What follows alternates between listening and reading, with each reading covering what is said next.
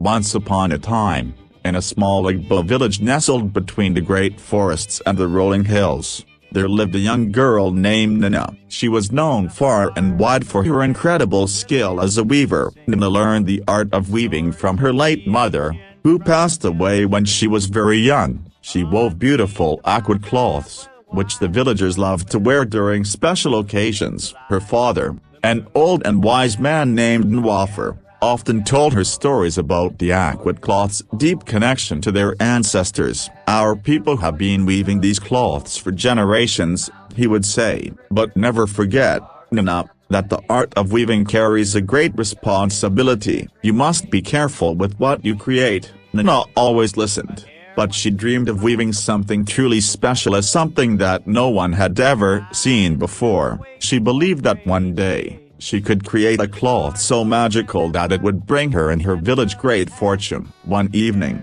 as the sun dipped below the horizon, Nnenna sat by the loom her mother had once used. The air was still, and the only sound was the gentle rustling of the leaves. She felt a strange pull in her heart, as if the loom itself was calling her to create something extraordinary. As her hands moved rhythmically across the loom, she began to hum a tune her mother used to sing. The cloth she was weaving shimmered in the dim light, and soon, something unusual began to happen. The colors and the threads started to glow, and the pattern seemed to come alive. Startled, Nnenna stopped weaving, but the cloth continued to form by itself, as if guided by unseen hands. Nnenna watched in awe as the cloth stretched before her, a beautiful, glowing Akwete cloth. Unlike anything she had ever seen, it was breathtaking, with patterns that seemed to dance and shift with the wind. She reached out to touch it, and in that moment, she heard a soft whisper,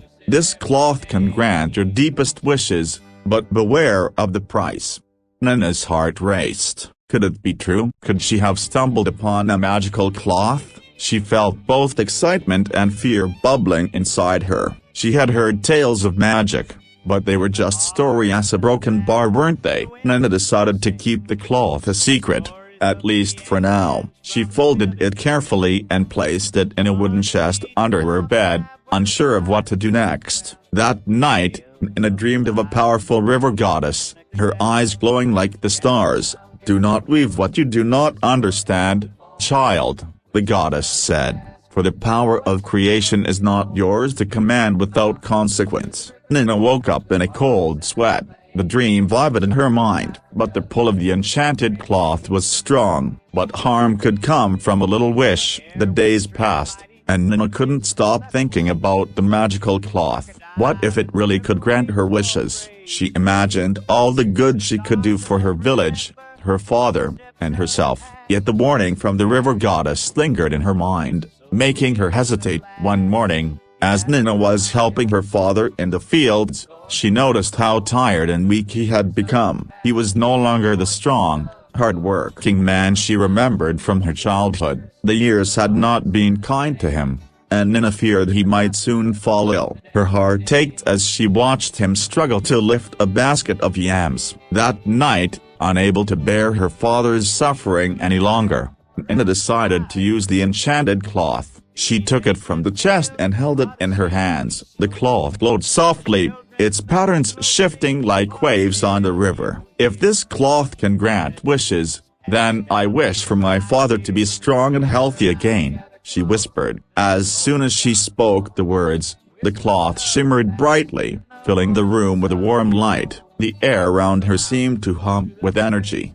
and Nnenna felt a strange tingling sensation in her fingers. Then, just as quickly as it had begun, the light faded, and everything returned to normal. The next morning, Nnenna was shocked to see her father looking younger and healthier than he had in years. His face glowed with vitality, and his hands were steady and strong once more. He laughed heartily as he lifted a basket of yams with ease, thanking the gods for his miraculous recovery. Nnenna was overjoyed. The cloth's magic had worked. She had saved her father, and for a moment, she forgot about the warning in her dream. She told herself that no harm had come from using the cloth. After all, she had only done it out of love for her father. But later that day, strange things began to happen. the village elders started murmuring about an ill wind sweeping through the land. Crops began to wilt, and the river, which had always been clear and full of life,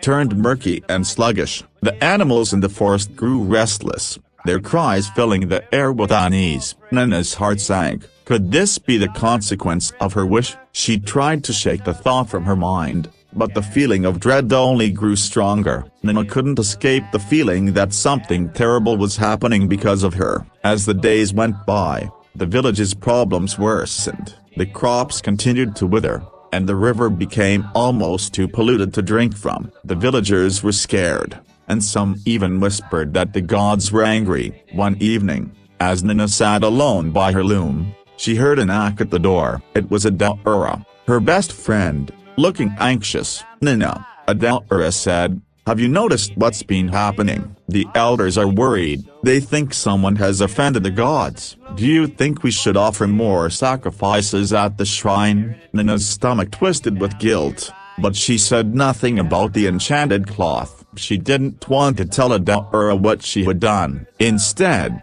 she nodded and pretended to agree. "Maybe that's a good idea," she said quietly. As the days passed, Nnenna's guilt grew heavier. She could see the toll the strange occurrences were taking on the village. People were falling ill, animals were dying, and the once prosperous village was now in the grip of fear and uncertainty. One night, unable to bear the weight of her secret any longer, Nnenna decided to visit the village priestess, Nnenna, who was known for her wisdom and connection to the gods. She was an old woman, feared and respected by all. When Nnenna arrived at the priestess's hut, she hesitated at the door, unsure if she should reveal the truth. But before she could knock, the door creaked open, and the priestess appeared, her eyes sharp and knowing. "Come in, child," Nnenna said, her voice as soft as the wind. "I've been expecting you." Nnenna's heart pounded as she stepped inside the small, dark room. She could smell the burning incense and hear the soft chants of the priestess's ancestors in the background. Nnenna motioned for her to sit,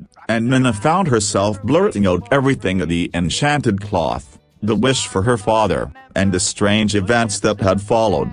When she finished, the priestess remained silent for a long time, her gaze fixed on the flickering flame of candle. Finally, she spoke. "You have meddled with forces you do not understand," Nnenna said, her voice heavy with the weight of ancient knowledge. "The cloth you possess was woven by the river goddess herself, a gift given only to those who are meant to guard its power. It is not meant to be used lightly." Nnenna's heart sank. "I didn't mean to cause any harm," she whispered. "The cloth's magic is not evil," the priestess continued, "but it is dangerous if used without wisdom. Each wish granted takes something in return, often more than you bargained for. The river's sickness, the dying crops, so these are the price of your wish." Nnenna's eyes filled with tears. "What can I do to make things right?" Nnenna looked at her with pity. "You must return the cloth to its rightful place, deep within the heart of the river. Only then can the balance be restored. But beware,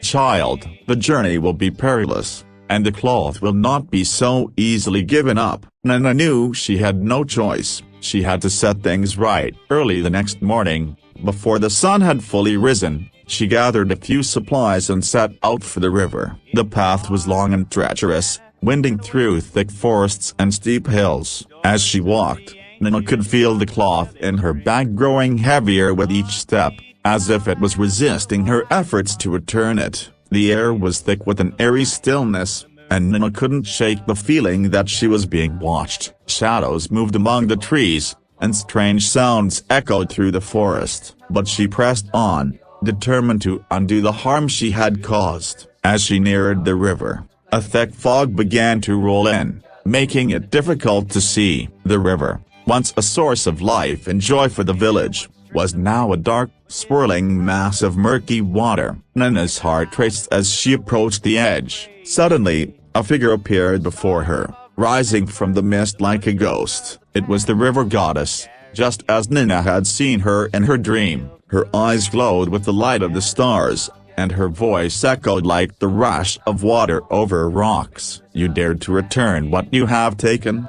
the goddess said, her voice both beautiful and terrifying. "Do you think the river will forgive so easily?" Nnenna fell to her knees, trembling. "Please," she begged. "I didn't know what I was doing. I only wanted to help my father." The goddess's eyes softened, but her expression remained stern. "The power of creation is not to be taken lightly. You have upset the balance, and now you must pay the price." Nnenna swallowed hard. "What must I do?" "You must offer something in return," the goddess said. "A life for a life. The cloth's magic can only be undone with a sacrifice." Nnenna's blood ran cold. "A life?" she whispered. "But I have nothing to give." The goddess stepped forward, her presence overwhelming. "There is always something to give, child. The question is whether you are willing to pay the price." Nnenna's mind raced. Could she really give up her own life to save the village, to undo the damage she had caused? She thought of her father, of Adara, of all the people she loved. They didn't deserve to suffer because of her mistake. With tears in her eyes, Nnenna stood and held out the enchanted cloth. "If my life is the price, then I offer it freely," she said, her voice steady despite her fear. "I only ask that you spare my village and my family." The goddess looked at her for a long moment, and then, to Nnenna's surprise, she smiled. "Your heart is pure," the goddess said softly. "You have shown courage and remorse. That is the true offering I sought." With a wave of her hand, the goddess took the cloth and vanished into the mist. The river began to clear,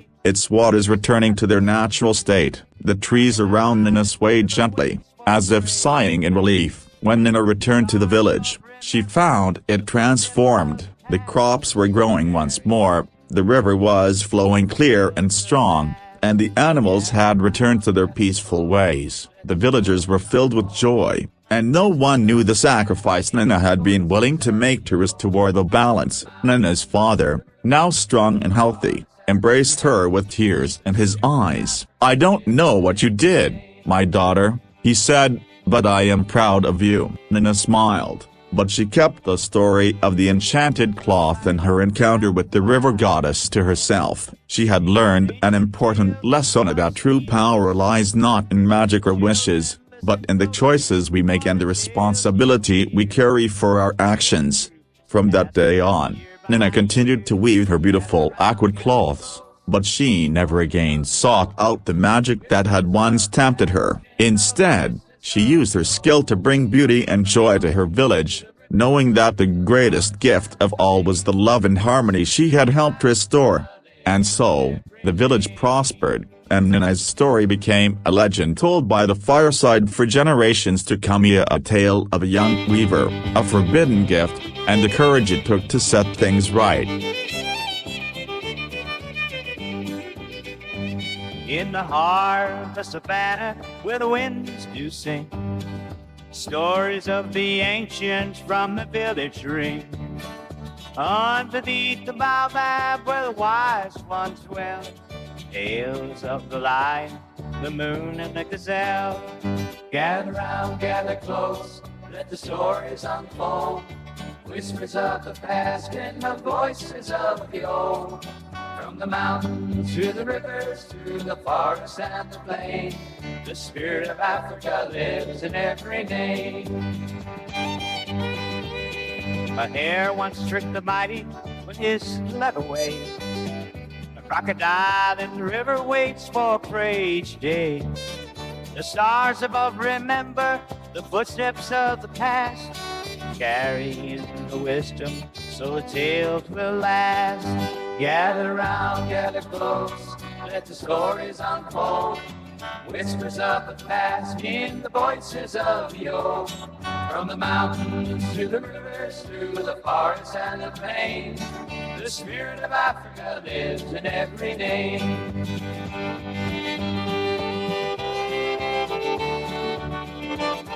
Beneath the moonlight, around the fire's glow, these ancient tales are the seeds we sow. Children, listen closely for the tales you'll hear. Carry the truth that's passed down year by year. Gather round, gather close, let the stories unfold. Whispers of the past in the voices of the old. From the mountains to the rivers, through the forests and the plains, the spirit of Africa lives in every name.